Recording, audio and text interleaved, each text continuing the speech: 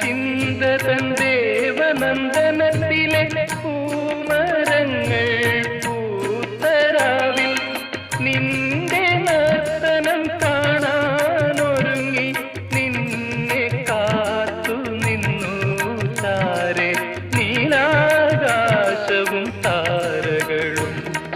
ആ